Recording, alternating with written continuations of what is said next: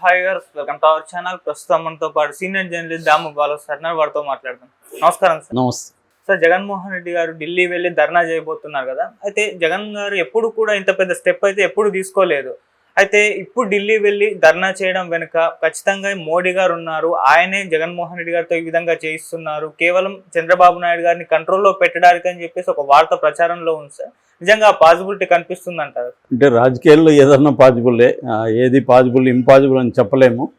But మనం మామూలుగా లాజికల్గా ఆలోచించినప్పుడు జగన్ ఇంత తీవ్రమైన నిర్ణయం ఎందుకు తీసుకున్నాడు అని చర్చ అయితే with in the YCP and బయట చర్చ జరుగుతుంది. ఎందుకంటే నిజానికి ఖచ్చితంగా తెలుగుదేశం వాళ్ళు రెవెన్యూ మోడ్లోకి వెళ్ళిపోయారు. డే 1 నుంచి అది చేస్తున్నారు. కాకపోతే తెలుగుదేశాన్ని సపోర్ట్ చేసేవాళ్ళు ఇది ఇంకా ఫస్ట్ లుక్ పోస్టరే కానీ ఇంకా చాలా విషయాలు ఉన్నాయి.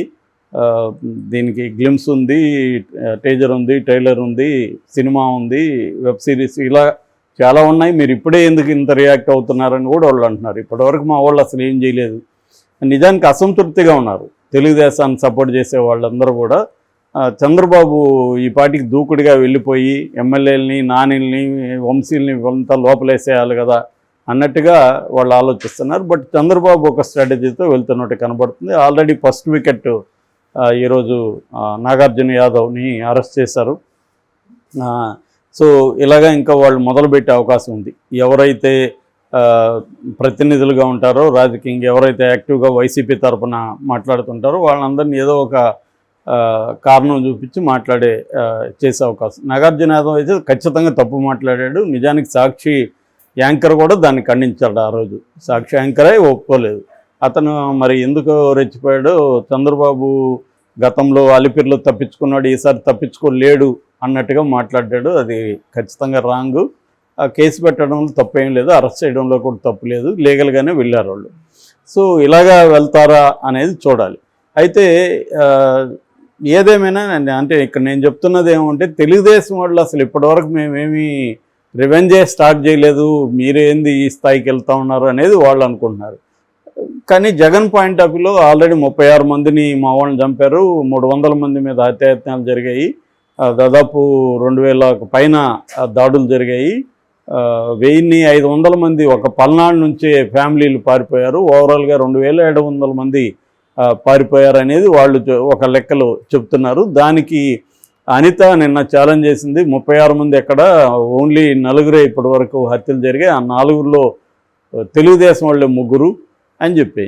36 మంది లెక్క లేకపోతే నేను జగన్ మీద చర్యలు తీసుకుంటాను. 36 మంది రేపు జగన్ ఇచ్చినా కూడా ఏం ఒప్పుకోదు కదా, ఎలాగో అవన్నీ రాజకీయ హత్యలు అని ఒప్పుకోదు కదా, మరి ఎందుకు అడగడం?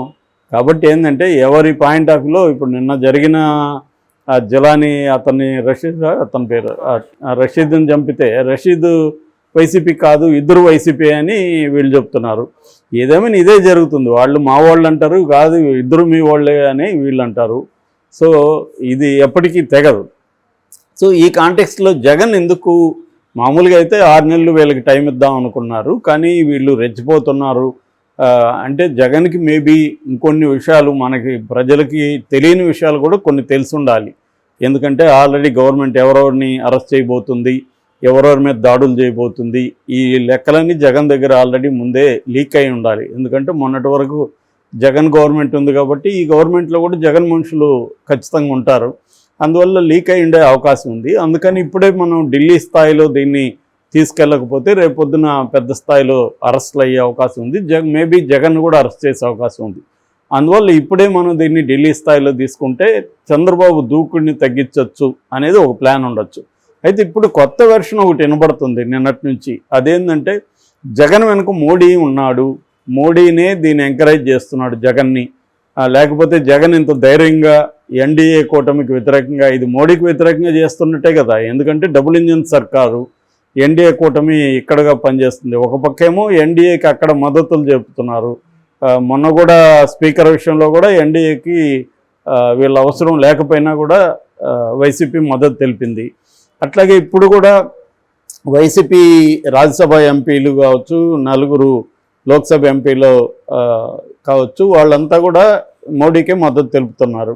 సో ఈ క్రమంలో ఇతను వెళ్ళి ఢిల్లీలో ఇప్పుడు చేస్తే దీన్ని నేషనల్ మీడియా ప్రొజెక్ట్ చేస్తుందా, లేకపోతే ఇండియా కూటమి సపోర్ట్ చేస్తుందా, ఈ విషయాలన్నీ ఇవాళ చర్చకు వస్తున్నాయి. అందువల్ల దీని వెనక మోడీ ఉన్నాడు అన్న చర్చ నడుస్తుంది. అయితే మోడీకి అవసరం ఏంటి?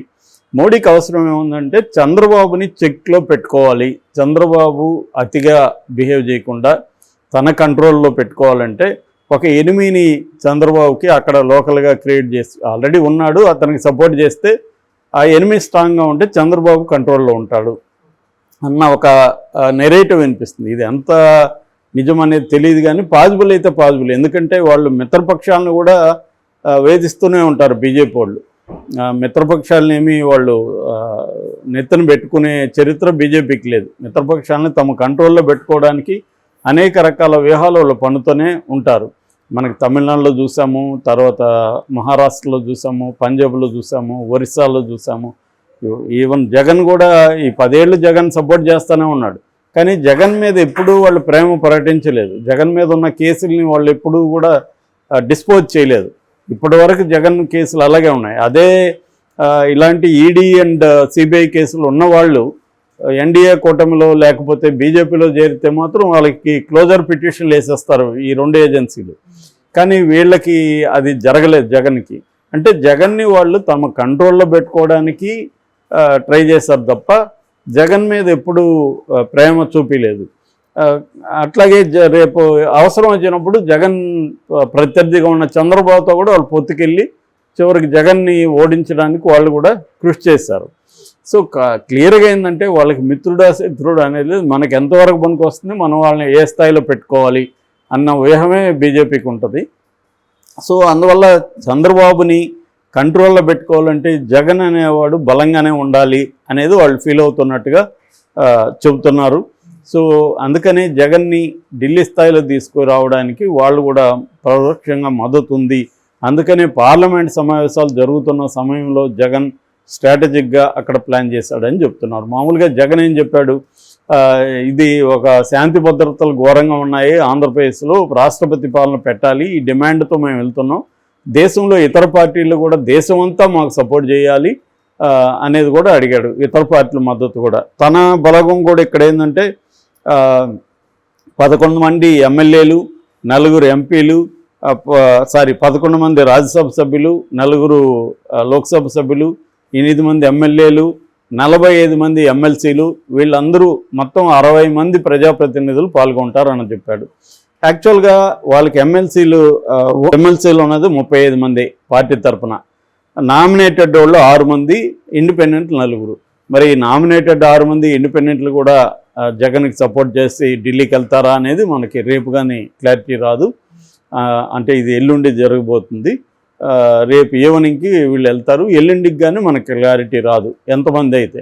కానీ ఓవరాల్గా అయితే జగన్ తన ప్రజాప్రతినిధుల బలాన్ని, నాయకులను అందరినీ అక్కడికి తీసుకెళ్తున్నాడు. ఇప్పుడు రాహుల్ గాంధీ దీనికి మద్దతు ఇస్తాడని కూడా ఒక వార్త వైరల్ అవుతుంది. ఎందుకంటే రాష్ట్రంలో శాంతి భద్రతల మీద కాంగ్రెస్ కూడా కన్సర్న్ చూపిస్తుంది.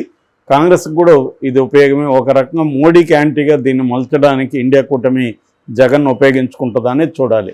అయితే జగన్కి ఉండే ఒక సమస్య ఏంటంటే గతంలో ఏ కూటమిలో లేకపోవడం వల్ల జగన్ని వాళ్ళు ఓన్ చేసుకునే అవకాశం తక్కువే ఉంది. అదే చంద్రబాబు అరెస్ట్ని బీజేపీ ఖండించలేదు, కానీ కూటమి ఖండించింది, ఇండియా కూటమి ఖండించింది అప్పుడు. అంటే దానికి కారణం ఏంటంటే బీజేపీ ప్రభుత్వం ఎక్కడ ప్రత్యర్థుల మీద చేస్తున్నా ఖండిస్తూ ఉంది ఇండియా కూటమి. ఆ యాంగిల్లో తీసుకున్నప్పుడు ఇప్పుడు జగన్ మీద జరుగుతుంది కాబట్టి అది ఖండించే అవకాశం ఉంది. కాకపోతే ఏంటంటే పెద్ద స్థాయిలో జగన్ మీద ఏమీ జరగలేదు కాబట్టి కూటమి ఖండిస్తుందా? ఎందుకంటే ఆల్రెడీ ఇక్కడ షర్మిల పెద్దగా దీని మీద ఖండించలేదు, మొన్నెప్పుడో ఒక మాట అనింది తప్ప, అది కూడా వాళ్ళ పార్టీ వల్ల కాదా అన్నట్టుగానే మాట్లాడింది ఆమె ముందు నుంచి కూడా చంద్రబాబు పట్ల ఒక మెతక వైఖరిని అవలంబిస్తుంది. బట్ కాంగ్రెస్ అది చేయట్లేదు. ఆమె కానీ రేవంత్ రెడ్డి కానీ చంద్రబాబు పట్ల సాఫ్ట్ కార్నరే ఉన్నారు, ఇంకా అవసరమైతే పొగుడుతున్నారు. ఇక్కడైతే మొన్న కూడా ఖమ్మం మహాసభలో చంద్రబాబుని రేవంత్ రెడ్డి పొగిడాడు. క్లియర్గా చంద్రబాబు పట్ల వీళ్ళిద్దరూ కూడా కాంగ్రెస్ నాయకులు, తెలుగు రాష్ట్రాల కాంగ్రెస్ నాయకులు సాఫ్ట్ కార్నర్తో ఉన్నారు. నిజానికి ఎన్డీఏ కూటమిలో భాగంగా దేశవ్యాప్తంగా వాళ్ళ పాలసీ ఏంటి, ఎన్డీఏ కూటమికి యాంటీగా ఉండాలి, కానీ అది కనిపించట్లేదు ఇక్కడ. సో ఈ యాంగిల్లో మోడీ సపోర్ట్ జగన్కు ఉందా లేదనేది మనకి కొంత గడిస్తే కానీ క్లారిటీ రాదు. ఏదేమైనా మోడీ వ్యూహం అయితే ఉండే అవకాశం అయితే ఉంది. అందుకే జగన్ ఈ స్థాయిలో ఢిల్లీలో ప్లాన్ చేస్తాడనేది ఒక వార్త అయితే వైరల్ అవుతుంది. Okay sir, thank you so much.